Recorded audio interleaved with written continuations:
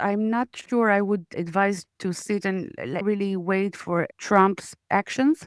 I think the declarations he did can be very useful to deter IRGC forces from doing stuff. Don't expect it.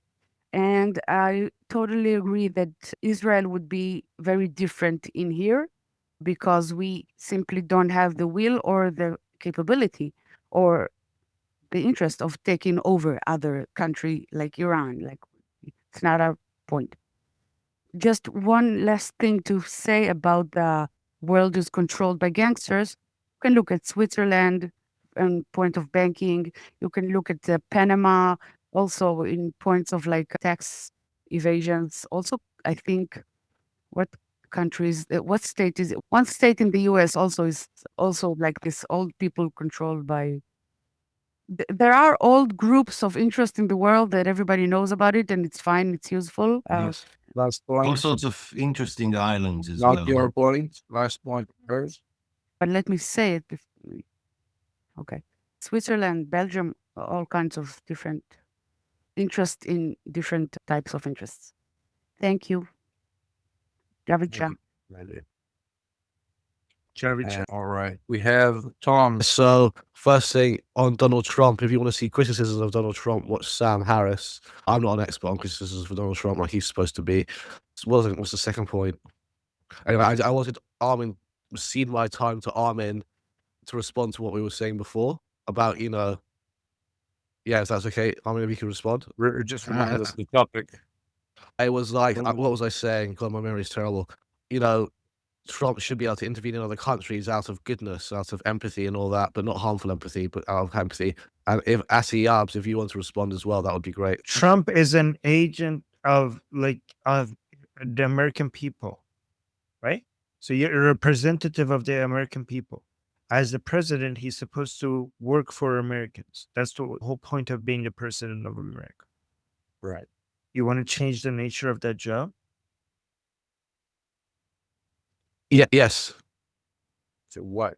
Well, go ahead and change the American Constitution then. Until you manage to do that, the US president is supposed to, his job is to represent the American people. I would say it's not only the job of this or that country, it's against human nature. If you want, maybe we can dream of different humanity. Can you make it any clearer, maybe? Didn't understand, didn't follow.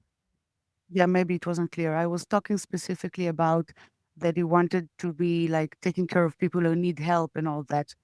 It's great that people are doing stuff out of interest. If they tell you that they're not, they're lying. Oh, it's all I American interest. It's all American Can I interest. also- Go on. Can I also respond to what, Tom, you were saying you want one world government with one president or a king?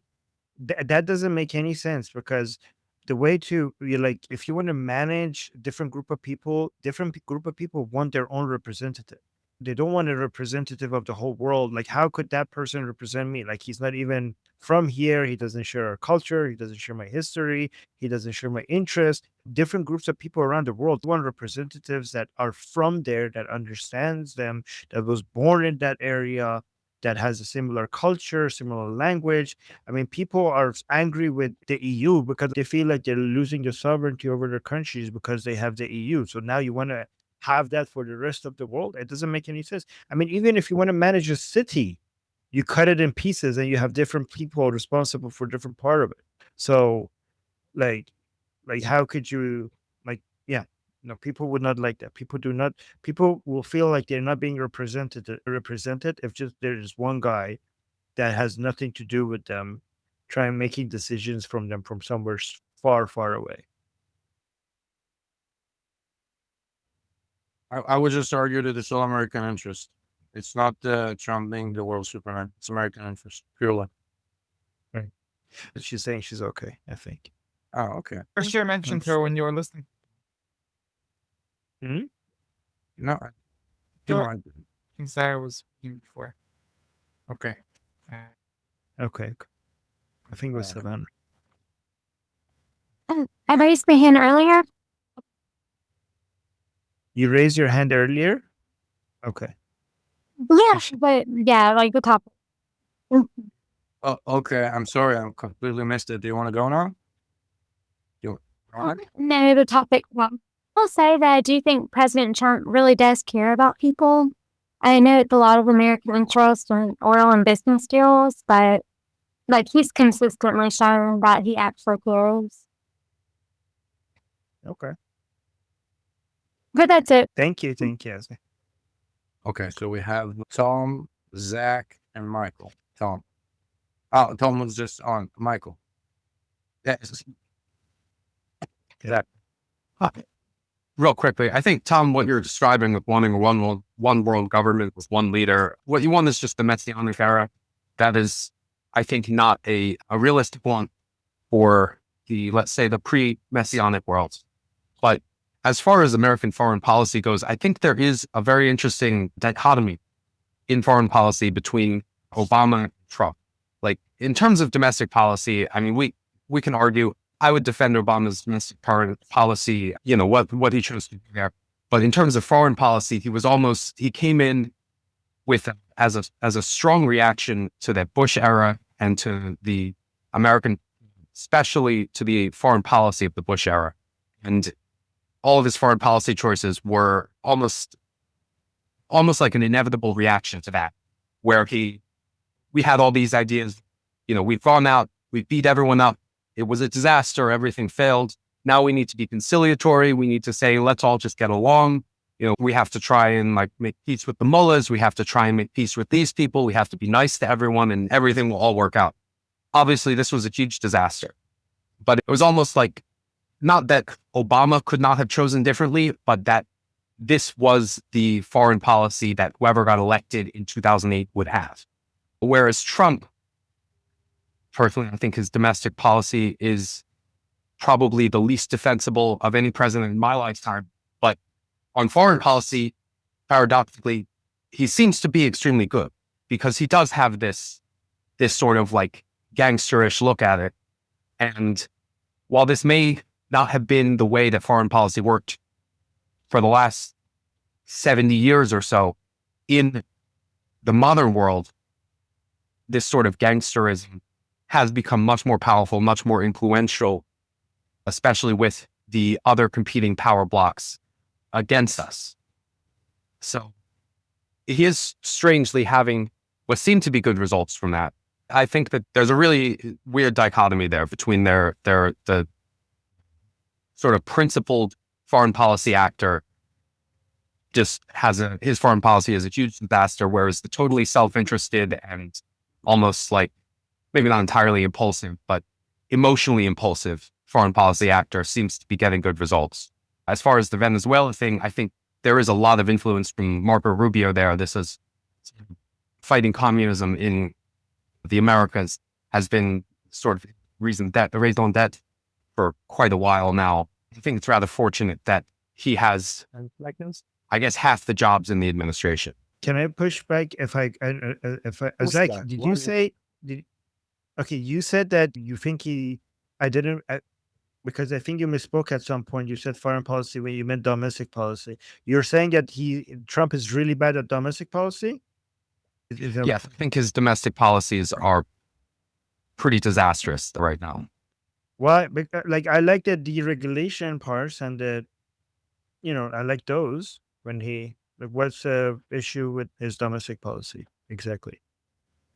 I think the deregulation is especially with the tariffs and deregulation, it's all basically on who you know and how can you personally appeal to Trump financially or just convincing him at Mar-a-Lago to give carve-outs to your industry. It's really it's the worst sort of deregulation. It's deregulation for personal friends and influencers of the presidency. It's third world deregulation.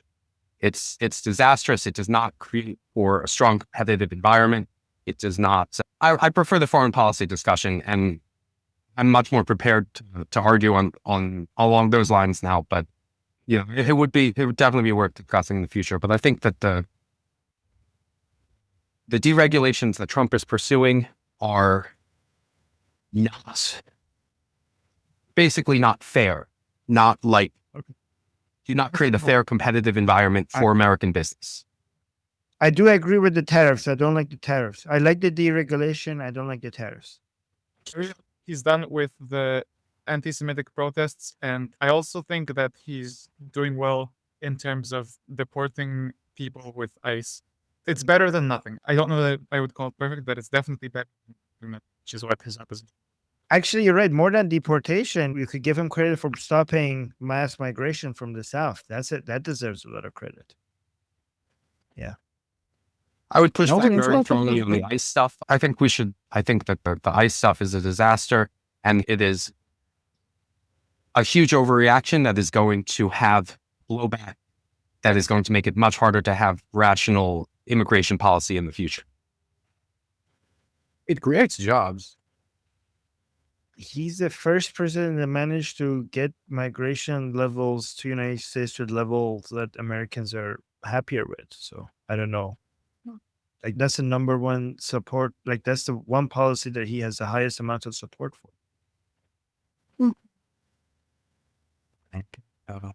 Michael? Lena also raised her hand. Wait, go ahead. Savannah also raised her hand. I know. So I think with that, the migration issue ties in heavily with Donald Trump and Claudia Sheinbaum, because as far as I know, Donald Trump and Claudia Sheinbaum made a deal. Well, the United States, especially with the North American trade agreement, it went from NAFTA to USMCA. Actually, the USMCA is going to be renegotiated, I'd say somewhere around this year or in the next couple of years. And I think Mexico will benefit the most, not because the United States likes Mexico, but because it sees it as a geopolitical strategic move. If the US can get Mexico to control migration coming in from Central and South America and other parts of the world, then that will benefit the United States. And in essence, it will also benefit Mexico.